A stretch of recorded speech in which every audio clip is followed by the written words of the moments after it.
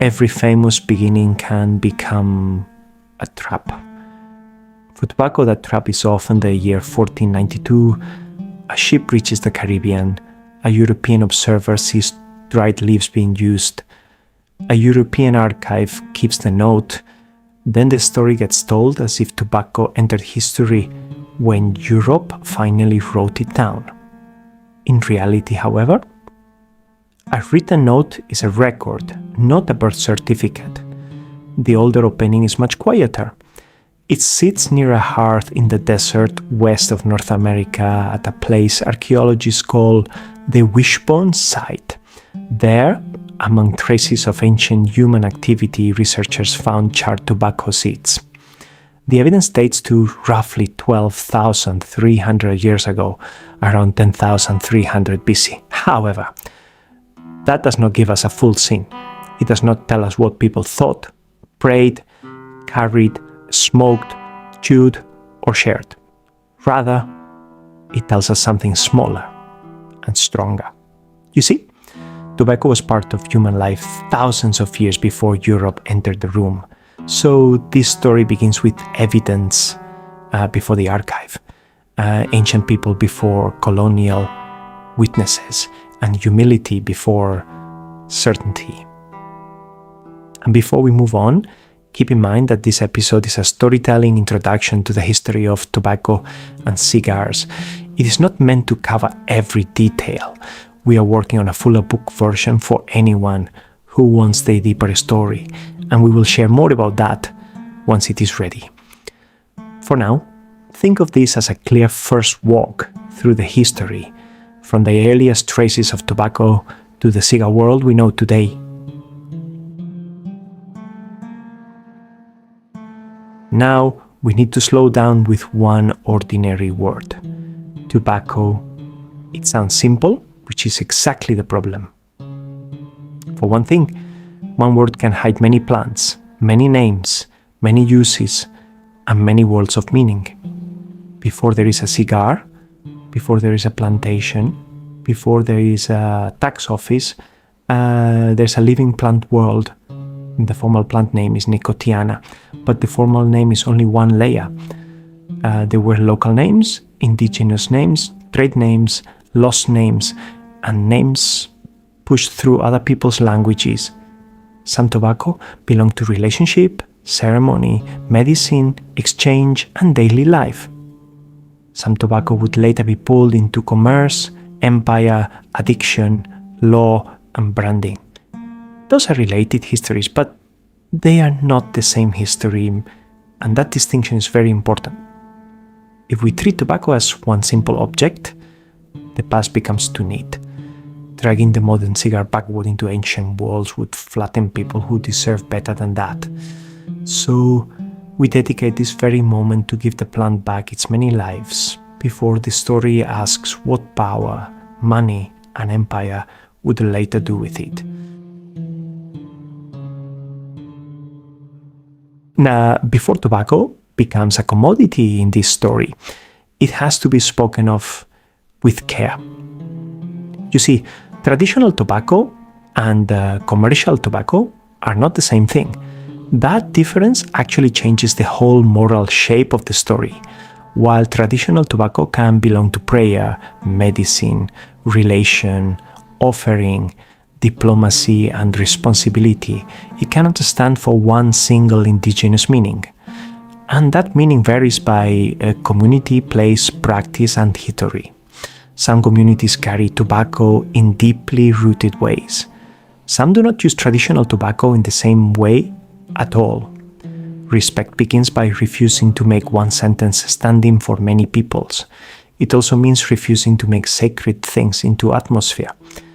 A beautiful scene is not worth a careless claim. Later, commercial tobacco will become something very different. It'll become a crop, a product, a habit, a business, a public health crisis. So for now, we simply wanted to keep that line visible. It lets tobacco remain older, wider, and more human than the market that would later try to own it. Now the map opens. The Americas were not one tobacco world. They were many. And that's crucial info, because a continent can become too simple when history is told from far away.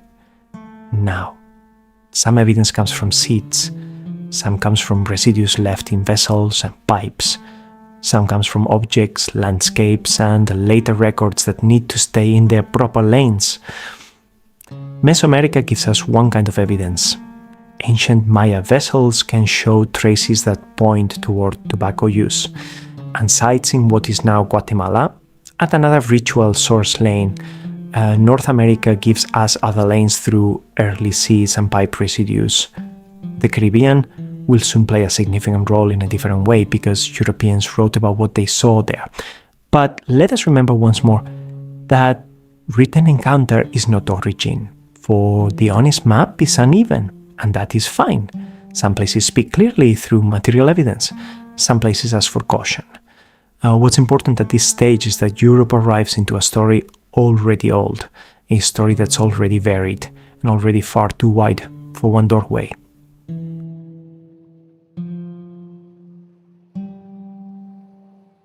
The famous date returns, but it returns smaller this time.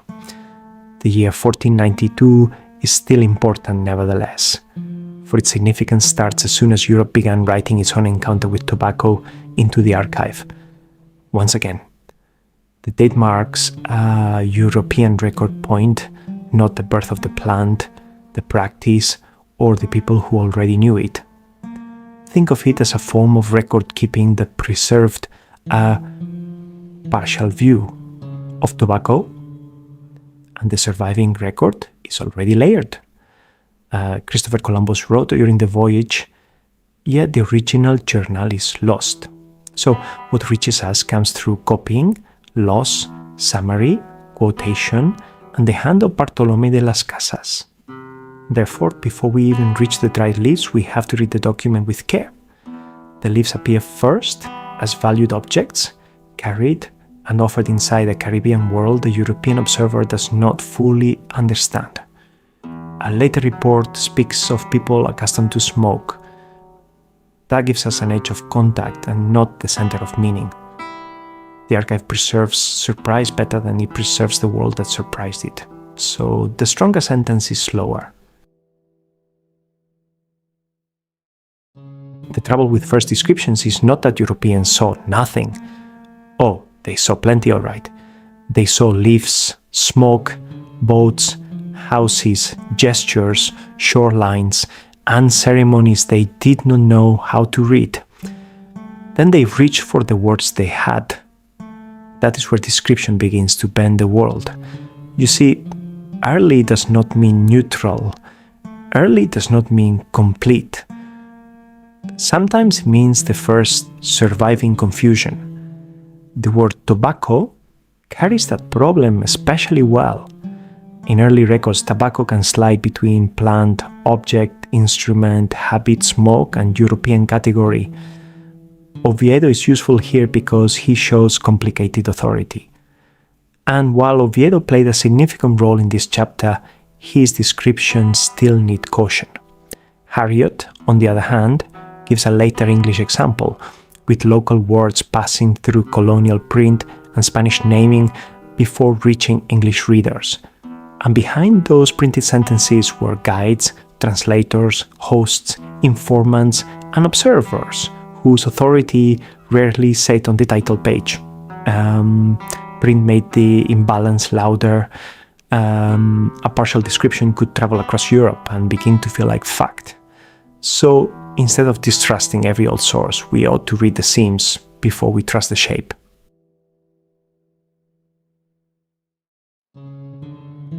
And once tobacco entered European writing, it changed rooms. The travel note moved toward the medical book. The strange leaf became a remedy with promises attached to it. At the center of this chapter is Nicolas Monardis, a physician in Seville. Seville was essential at this stage because the Atlantic world arrived there in pieces. We're talking ships, plants, stories, specimens, merchants, sailors, officials, and rumors. All of these passed through the city. Monartes, however, did not need to cross the ocean for the Oceanic Archive to reach his desk. That made his knowledge powerful, but already mediated. Tobacco became medically legible through claims, translations, editions, apothecary shelves, and reader belief. John Frampton carried that promise into English print. John Nicot carried tobacco into a courtly world of medicine, reputation, and naming. Herbals gave the plant drawings, labels, shells, and a sense of order. But order is not the same as truth. The script must treat all medical claims as historical claims and not advice. And so Europe made tobacco useful to itself. Before tobacco became a scandal, it had already become a promise.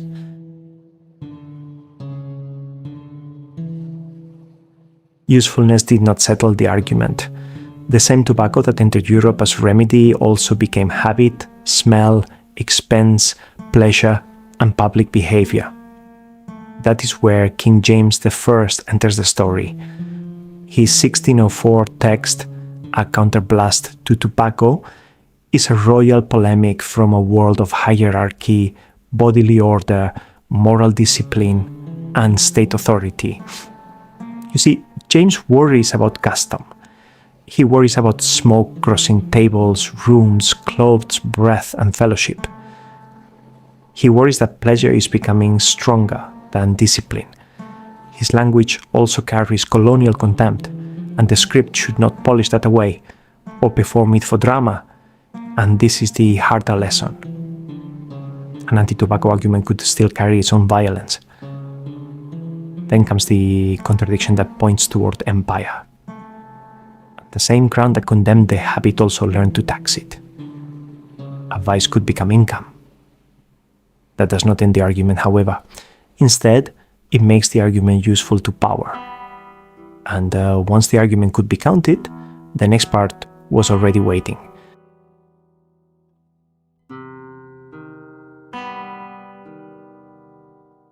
Now the story enters the ledger. Aye, that sounds colder than smoke. And it should. You see, tobacco did not become a commodity because the plant has to be priced. It became one because colonial systems learned to pull living relations into categories they could count. A leaf could be noticed as a gift, a trade object, a medicine, a habit, or a curiosity. Then the question around it changed. What can it yield? That question is where empire begins to lean over the table. A gift in a colonial record should never be treated as simple consent. It may be diplomacy, hospitality, caution, strategy, or misunderstanding. It is not permission to turn a world of meaning into cargo. Once again, Harriot helps us here because his English report places tobacco inside colonial usefulness. A local plant world moves through Spanish naming, English print, and the language of commodities. The record notices the plant, then starts converting it. Leaves become weight, weight becomes shipment, shipment becomes expectation, and expectation begins to ask for land, labor, rules, and roots. In Virginia, the ledger found soil. The quick story says tobacco saved Jamestown. However, that sentence is too clean. Aye, tobacco did transform Virginia, but it did so by building a machine. And this machine joined land, river, seed, market, credit, law, and labor. John Rolfe belongs in the story, but not as a founder of tobacco history. His importance was connection rather than discovery. English consumers already wanted particular tobacco, and the colony needed something Europe would buy. Rolfe helped connect that appetite to Virginia fields through imported seed and experiment. Even the seed route needs caution, because the sources do not make every detail perfectly neat. What made a difference here was the pattern that followed. A sample became an export. An export became pressure. Pressure became land hunger. Land hunger became expansion. And expansion, well, Expansion demanded more hands than the colony could easily supply. Virginia did not merely grow tobacco. Tobacco began to organize Virginia. Now, let's leave the field for a moment. Enter the office. You see, a state does not need to smoke tobacco to depend on it. A state can measure it, license it, price it, inspect it, punish around it, and count it. That is the world of the estanco. This went far beyond the tax sitting on top of trade. It was a monopoly logic that tried to redesign the trade itself. Who could grow? Who could buy? Where could leaf move? What price would count as official? The Spanish crown saw tobacco as revenue that could be disciplined into regular income. Cuba appears here as a supply chain before it appears as cigar romance. Leaf, warehouses, Seville, Havana, officials, guards, factories, and ledgers all enter the frame. Peru shows the same state ambition reaching into cultivation, quotas, factories, and inspection. The tobacco state wanted the field to become paperwork, but the more it tried to control, the more it revealed the limits of control. A revenue table can show income and hide hunger. A factory report can show output and hide discipline. So the page turns over. Who was underneath all of this? Well, there is no single answer. Tobacco rested on different systems in different places.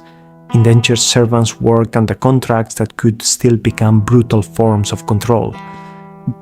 Enslaved Africans and their descendants were forced into tobacco worlds through Atlantic violence.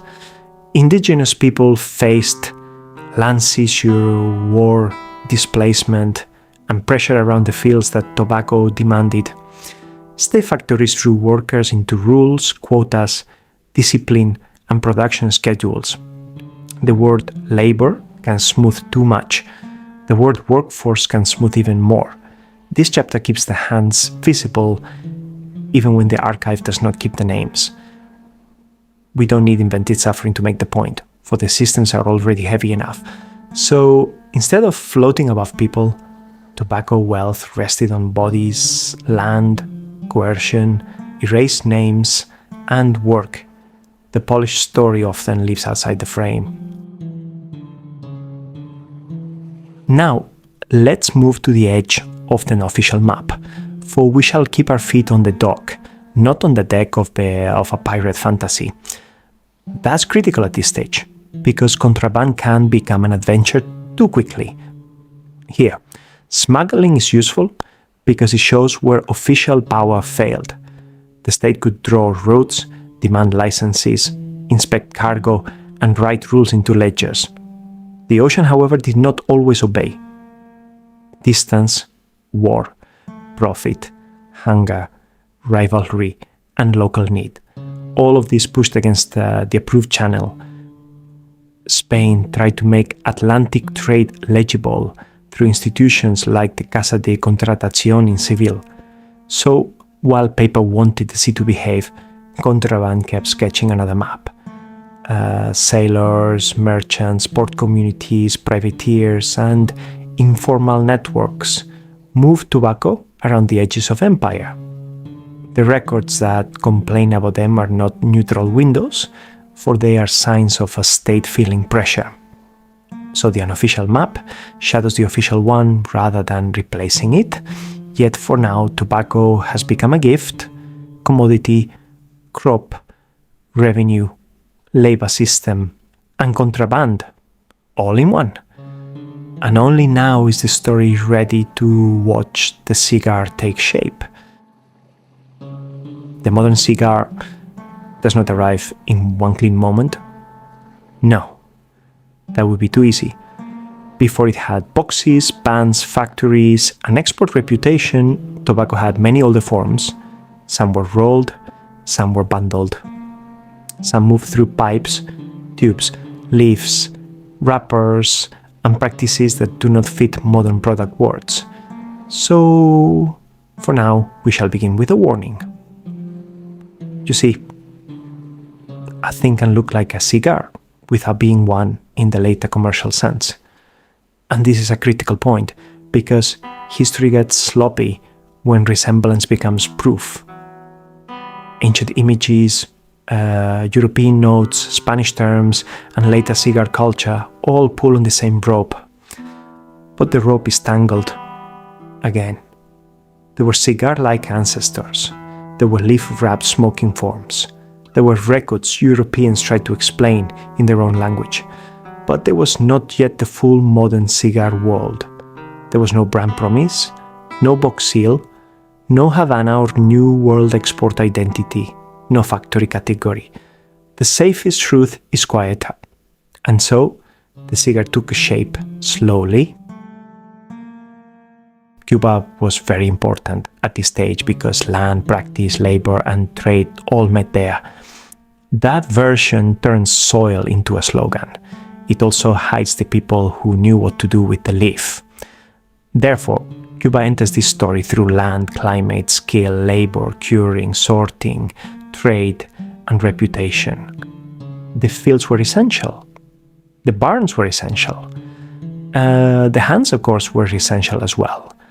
So did the roads, ports, buyers, officials, and names that carried the tobacco outward. A region like Vuelta Abajo can be important without becoming a spell. The stronger story is more material and less mystical. Such a story needs conditions, practice, memory, and repetition. Cuban tobacco's reputation grew because many forces met in one place. Soil gave possibility. Skill shaped that possibility. Trade gave it movement. Buyers gave it expectation. And over time, expectation became reputation. That reputation was never just natural. Rather, it was made, repeated, defended, and sold. At the same time, Havana was a city before it became a promise. That change is easy to miss. A port can turn a place into a word that travels farther than the land itself. Crates leave the harbor. Ships carry them out. Merchants repeat the name. Buyers begin to expect something from it. And slowly, Havana becomes a lot more than geography. Havana becomes a claim about quality, origin, prestige, and desire. But desire is not the same as proof. A famous name can be admired, copied, exaggerated, counterfeited, and misunderstood. That is why the name Havana has to be handled with restraint. Instead of being a floating cloud of luxury, Havana was a working port. And since it was tied to farms, labor, paperwork, warehouses, ships, and buyers, the name traveled because material systems carried it. And once the name traveled, it created a new problem. How would a distant buyer know what was real? And so that question opens the box. You see, when a name travels, trust has to travel with it. A cigar cannot explain itself to every buyer, so paper begins to speak. Boxes protect the product, but they also frame the promise. Labels give the cigar a face. Bands turn a small object into a named object. Seals try to make authenticity visible. This is the moment where reputation learns to wear color, ornament, and proof. It is beautiful, but it is not innocent. Every valuable name invites doubt. If Havana means something, someone can borrow the glow. If a band signals trust, someone can imitate the signal. Branding grows because distance creates suspicion. A buyer far from the field needs signs.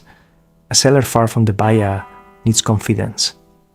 The cigar box becomes a small archive of promises.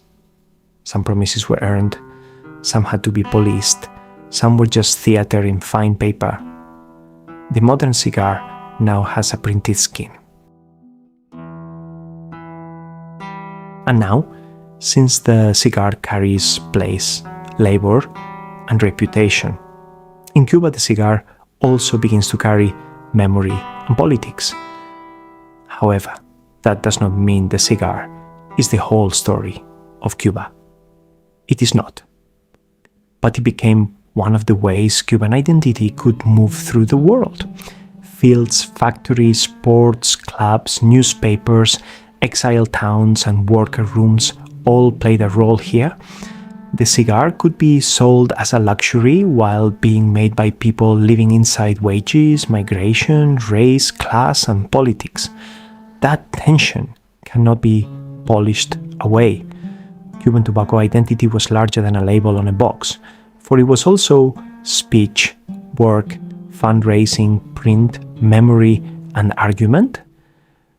A cigar could travel to a buyer, a worker could listen to news while making it, a community could carry Cuba across water without leaving Cuba behind. So, as you see here, the object is finally starting to take shape. And this is where we enter the factory world. Now, let us take the cigar off the shelf and put it back on the work table. And no, not the polished table where it is admired, but on the bench where it was made, the room where hands repeated skilled work under pay, rank, pride, and fatigue. That is where luxury becomes social. The phrase handmade can sound warm and simple. It can suggest care, tradition, touch, and old craft. Those meanings are real, but they are incomplete. Handmade also means a body at work. It means wages, supervision, discipline, layoffs, movement, and family pressure. It means skill inside a system that someone else may own. So, this is not a lesson in cigar construction. Think of it as a lesson in seeing. A finished cigar asks us to notice the wrapper, the band, the box, and the name. History asks us to notice the room behind it. Many hands, many benches, many records, and many people who did not disappear when the cigar left them. The factory is not background. Rather, it is an institution made of craft, power, pride, conflict, and memory. And once we see that room, the finished cigar can never look quite as quiet again.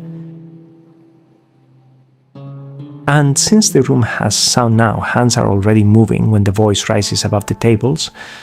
That order is significant at this point, for the lector belongs inside labor, not beside it as charm from the past. The reader at the front belongs to the worker world.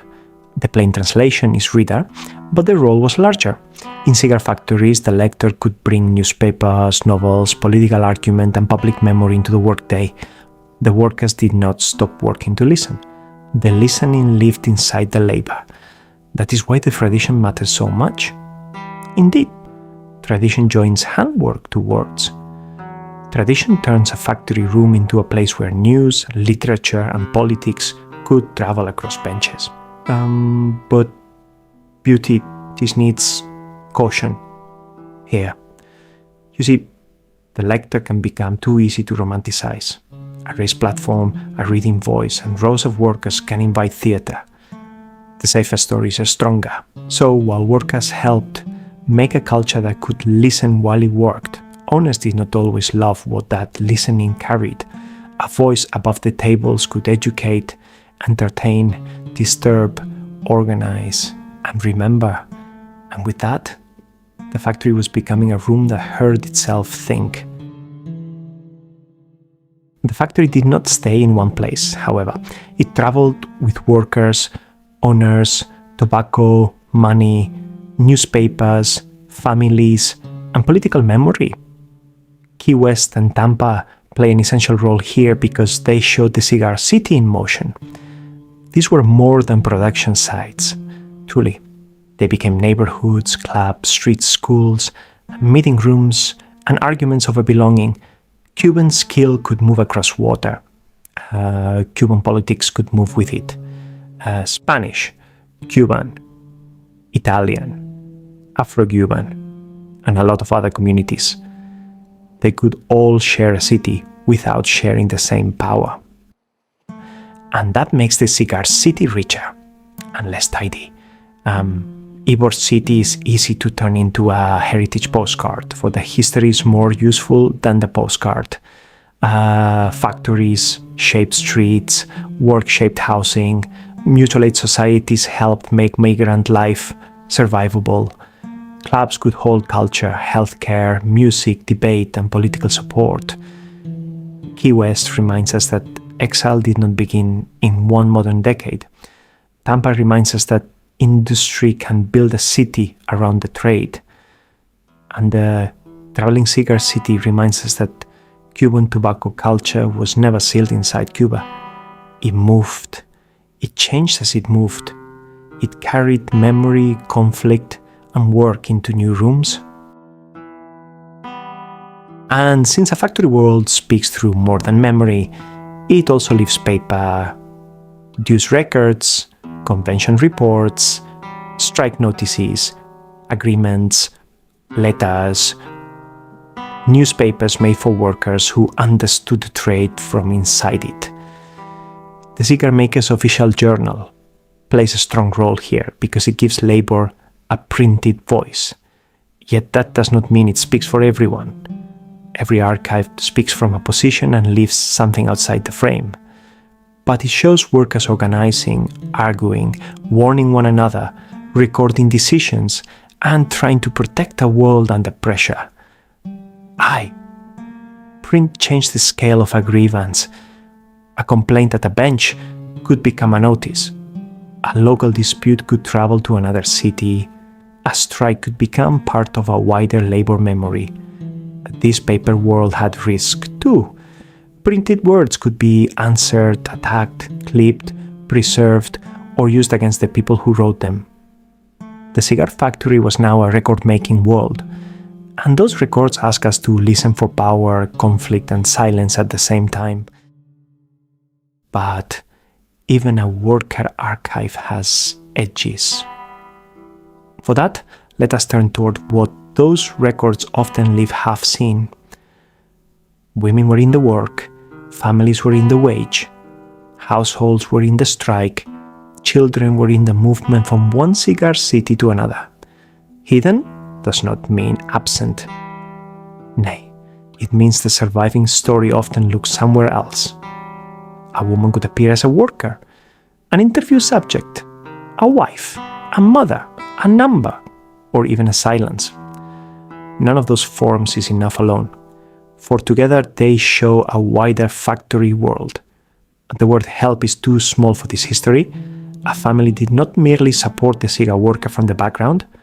Family life absorbed wages, sickness, migration, club dues, strikes, rent, food, care, and absence. That is the economy around the bench, and it is our duty to speak of it with humility. And now, the Ottoman world enters this story as a thinking world. Forget lamps, carpets, and mysterious smoke. We're talking about a world of coffee houses, jurists, physicians, preachers, rulers, sellers, and ordinary people with habits of their own. You see, tobacco arrived there as a question before it became routine. Was it medicine? Was it pleasure? Was it an intoxicant? Could it be banned, taxed, or tolerated after daily life had already made space for it? That is what makes the coffee house useful to us. It was a room where public life gathered and argued with itself.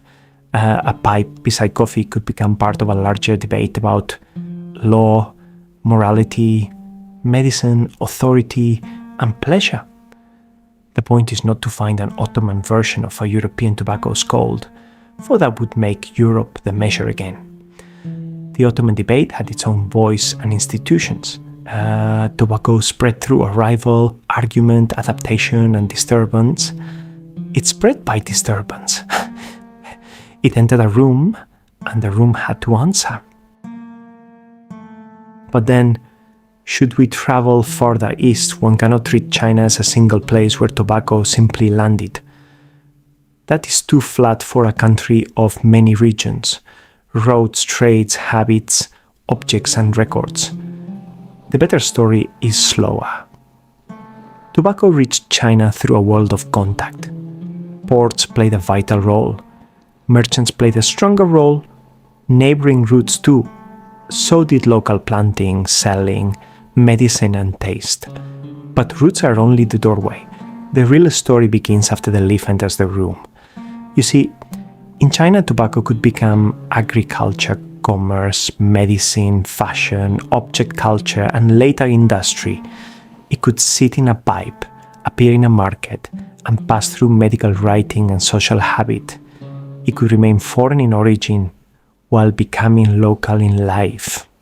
That is the useful tension. So, while tobacco came from the Americas, it did not remain one simple American story once it moved. Every place that received it changed it. And China changed it at a scale, and with its own meanings. And that world had its own path toward the cigarette century. But for now, Africa enters this story through many tobacco economies, not one. The continent is too large for that shortcut. The continent is too large, and the records are too uneven for that shortcut. So the lens narrows.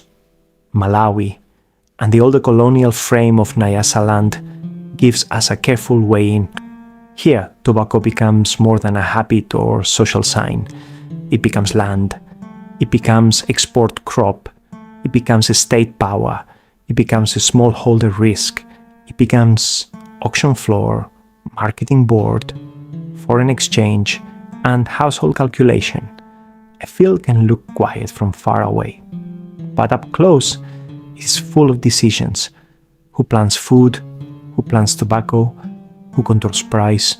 Who owns the estate? Who carries the risk when weather, labor, markets, and state rules change? The strongest point is that valuable leaves could organize land, labor, and power in different ways. Sometimes smallholder production served the state interests. Sometimes it challenged them. This chapter needs one careful case, not a continent-wide claim. But then, when we step into Europe's club rooms, the smoke already carries the field with it. Aye, clubs, salons, taverns, barracks, professional chambers, private smoking rooms. The old trap is to admire the furniture and stop thinking. Polished wood can make hierarchy look warm. Leather chairs can make exclusion look tasteful. A cigar in the hand can look like leisure, power, refinement, rebellion, vulgarity, or ambition, depending on the room. That is the point. Tobacco was never only smoked, for it was read by other people. A pipe could say one thing in a tavern and another in a club. A cigar could signal wealth in one setting and theater in another. A snuff box could sit inside rituals of rank, politeness, and display. Europe was not one smoking room. Still, many rooms use tobacco to perform belonging, and whenever belonging appears, exclusion stands nearby. Who was inside? Who served? Who watched? Who left the smelling of a smoke without ever being invited to share the ritual? The elegant room becomes useful because it shows how pleasure can become code, and how code can protect status while pretending to be only taste. But then the machine changes the size of the room. Not because tobacco was small before. Nay, it was already global. It had moved through empires, ports, plantations, coffee houses, markets, clubs, factories, and fields. But machine scale changes the kind of history we are watching. It changes speed, it changes price, it changes regularity, it changes advertising, it changes the distance between the hand that works and the mouth that consumes. The cigarette becomes the form most suited to this new world. The cigarette was small, fast, repeatable, easy to package, easy to advertise, easy to make ordinary in massive numbers. The older forms, however, do not disappear. The pipe remains, snuff remains, the cigar remains. But the center of modern tobacco history begins to roll. Handwork now stands beside machinery. Ritual now stands beside mass routine. Machines, corporations, advertising, and later epidemiology pull tobacco into a different century. For cigar history, this is a significant turning point. Aye, the cigar survives, but it survives in a world remade by the cigarette. And as the machine century gathers force, the next divide waits in the humidor. After the cigarette century changed tobacco a scale, the handmade cigar entered a different storm. This time the story turned back to Cuba. The change arrived as power. Land changed hands. Factories changed hands. Old private names met a new state system. Families faced decisions that could not be wrapped in a clean origin story. Some families stayed, some left, some carried knowledge, names, habits, and wounds into new places. The humidor became a small stage for a much larger rupture. A cigar could now carry farm memory, factory memory, political memory, and family loss at the same time. The Cuban Revolution broke the old inheritance into competing claims of continuity. And once that inheritance split, the rest of the premium cigar world had to answer it. Then law made the split last. A cigar is small in the hand, yet large in the systems around it. But after the revolution, Cuban cigars could carry a legal weight much larger than the leaf. In the United States, the embargo turned Cuban cigars into objects people could discuss more easily than they could trade. That did not create Cuban prestige from nothing. The reputation was already old. The embargo simply placed that reputation behind a barrier. And barriers have a strange talent for making stories louder.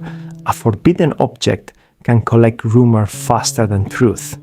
A word like pre-embargo can hold real memory, clever marketing, family loss, legal conflict, and pure nostalgia in the same breath. That is why we have to separate the layers. After all, exile memory is not consumer fantasy. Law is not romance. A famous Cuban name can live inside several systems at once. It can mean one thing in Cuba, another in the United States, and another in the imagination of a collector. By this point, the Cuban cigar was a divided symbol. After Cuba does not mean after quality. That line is important to remember. The premium cigar world widened because history made one old map too small. The Dominican Republic, Nicaragua, Honduras, Ecuador, Costa Rica, Mexico, and the United States did not enter the story as shadows of Cuba. Nay, they entered through land, labor policy, capital migration, weather, farms, factories, warehouses, and markets. Cuban knowledge was of importance in many places. Local people were essential too. So did export systems, free zones, skilled workers, brokers, and buyers who needed cigars beyond the old Cuban channel. A country name on a box can look simple. However, the production map behind it is never simple. A cigar may carry a leaf from one place, factory work from another, ownership from another, and market pressure from somewhere else entirely. This is the moment when premium cigars become plural in the modern sense. Cuba was still noteworthy, but the world around Cuba is no longer waiting for permission to become significant on its own, and so the new map is a map of movement, and it is a map of work. Once the premium map widened, Cuba answered through systemization. A box became paperwork, origin language, seals, distribution, and trust. The word Habano carries that weight. In official language, all Habanos are Cuban, yet not every Cuban cigar is a Habano. That distinction turns reputation into a protected category. It says origin must be controlled, not borrowed like a convenient style. It ties the cigar to selected Cuban brands, protected growing areas, standards, and a chain of inspection and commercial order. This is how administration works. And administration can become part of meaning. A seal asks the buyer to trust the system behind the smoke. A protected denomination asks the world to treat Cuban identity as more than a famous word. Of course, no system removes doubt completely. Scarcity, counterfeits, divided markets, and old arguments remain. But the modern Cuban system shows something important. After the split, Cuba did not speak only through memory. It also spoke through rules. But then the room got crowded. The 1990s cigar boom brought the handmade cigar back into public view with unusual speed. There were magazines, cigar dinners, lounge openings, celebrity photographs, shop counters, new smokers, and a market that suddenly sounded awake. For a while, everything seemed to expand. Demand expanded. Confidence expanded. Claims expanded. But tobacco has its own clock. Fields do not hurry because a magazine says the moment is hot. Curing barns do not rush because a store has back orders. Fermentation, aging, sorting, rolling, resting, shipping, and trust all need time. The boom pressed too hard on that clock. Some cigars were great. Some were rushed. Some brands absorbed the lesson. Some faded as patience returned. And collectors learned, again, that desire can move faster than live. At the end of the day, the boom was a turning point because it made premium cigars visible again. And the buzz was even more relevant because it reminded the market that handmade luxury still begins with agriculture, labor, and time. And then the counter went online. The shop did not disappear. The lounge did not disappear. The box in the hand did not disappear. But cigar memory found new rooms. Forums saved questions, corrections, arguments, jokes, rumors, and ordinary talk that old archives rarely kept. Ratings turned judgment into a portable number. Blogs and news sites turned releases, factories, lawsuits, anniversaries, and rumors into searchable markers. Social media made the cigar faster, more visual, and easier to perform. Apps and databases moved memory into personal record keeping. That brought real benefits. People could remember what they smoked, compare notes, track boxes, and learn from strangers. It also brought new problems. A social media thread can preserve error as easily as wisdom. A photograph can hide sponsorship, performance, or missing context. Digital memory feels solid until a platform changes or disappears. The cigar world became digital because memory did, and not because our cigars turned into data. And that brings us to the next turn, where tobacco history faces health, law, industry documents, and the language we choose. After the cigar world learned to remember itself online, tobacco walked into a colder room. This room had charts, hospital records, case histories, committees, and public reports. For most of this story, tobacco had been a plant, crop, tax, labor, craft, status, and memory. By the middle of the 20th century, it also became evidence.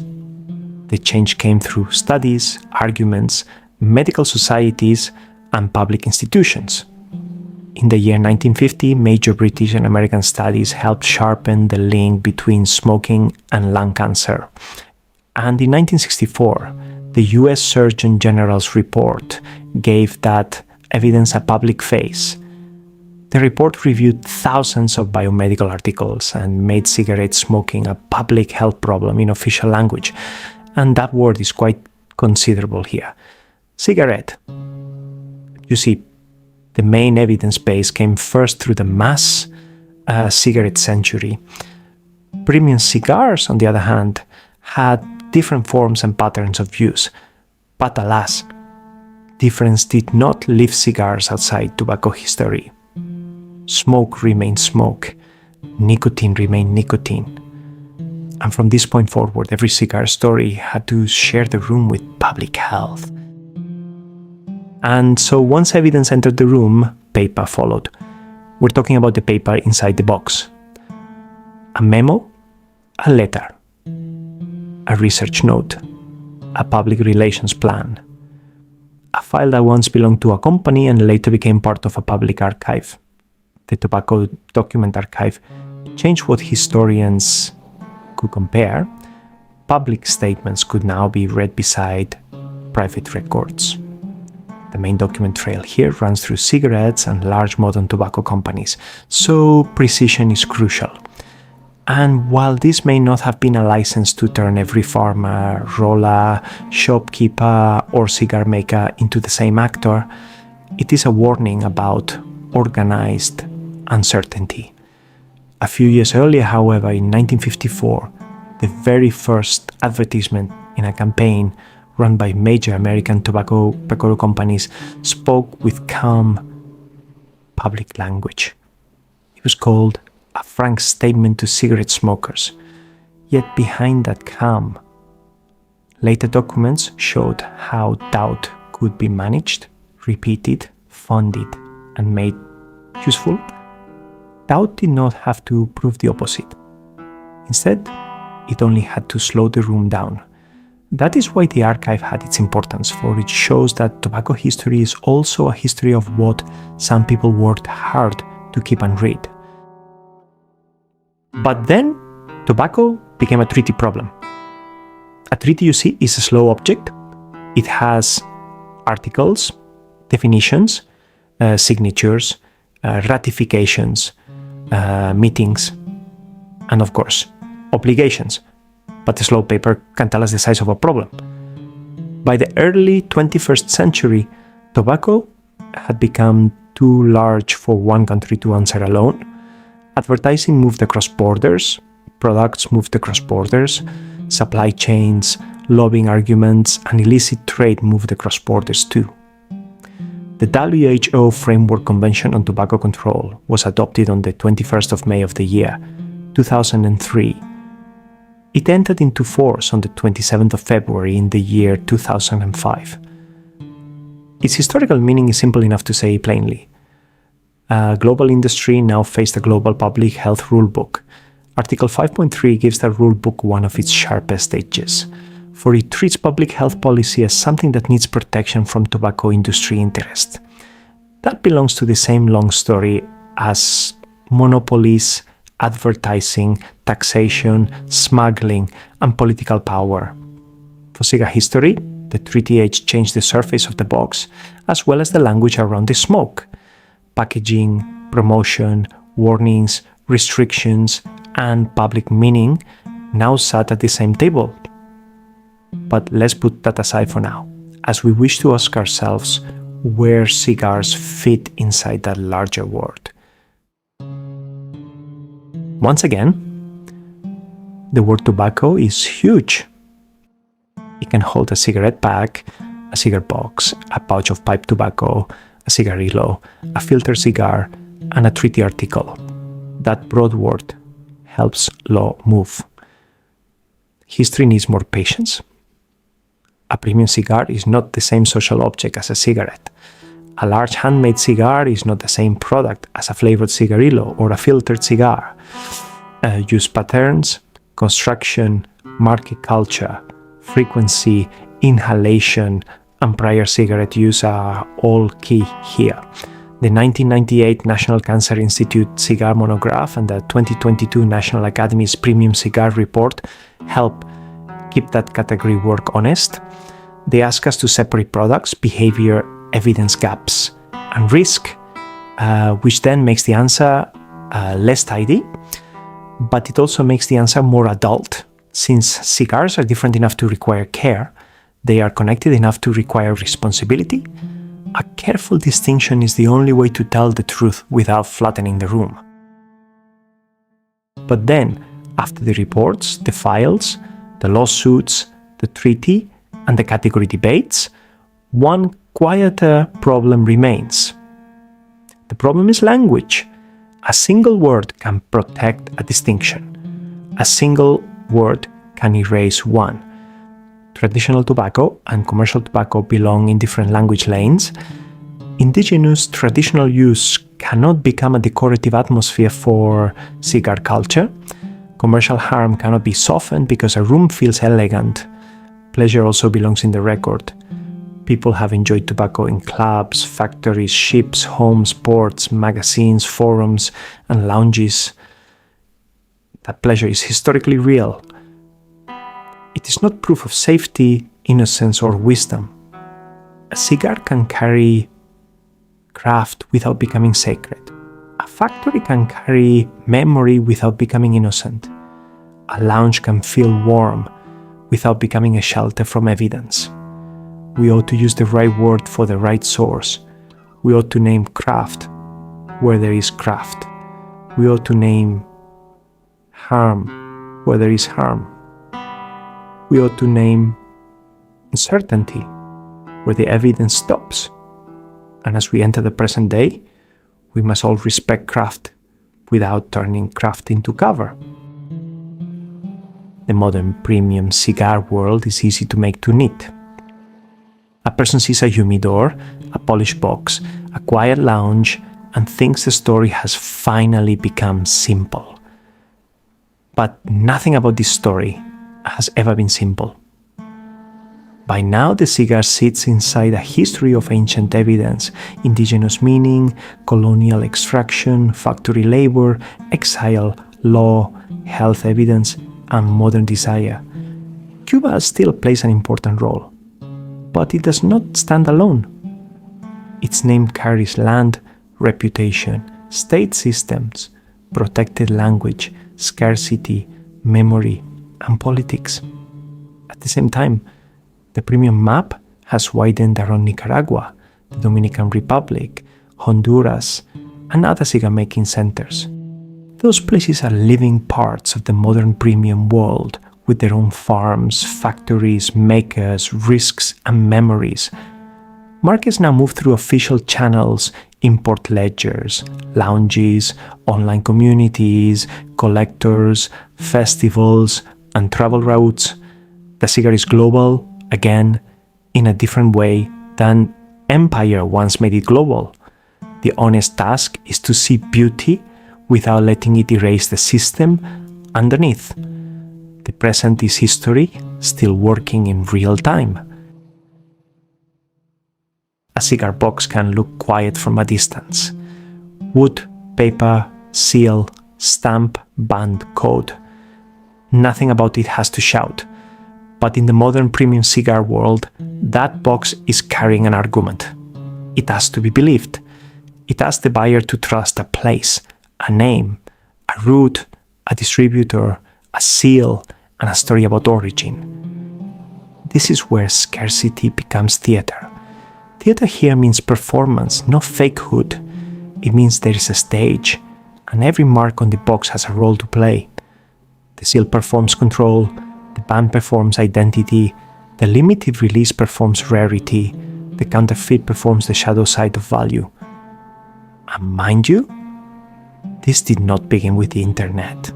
All the cigar boxes and bands already had to make trust travel farther than the maker's own hands. But today, proof has become more technical, more public, and more anxious. The deeper question is not how to inspect a cigar, but why the cigar had to become so inspected in the first place. You see, a dedicated cigar lounge is a place to smoke, and it is a room of signals. A room can welcome people before anyone says a word. It can warn people too. The chairs, the lighting, the prices, the jokes, the music, the photographs, the regulars, the rules, they all speak in small ways. Some people hear ease, some hear a test, some hear both at the same time. That does not mean every lounge is cruel or every tradition is closed. Think of it as rooms carrying memory.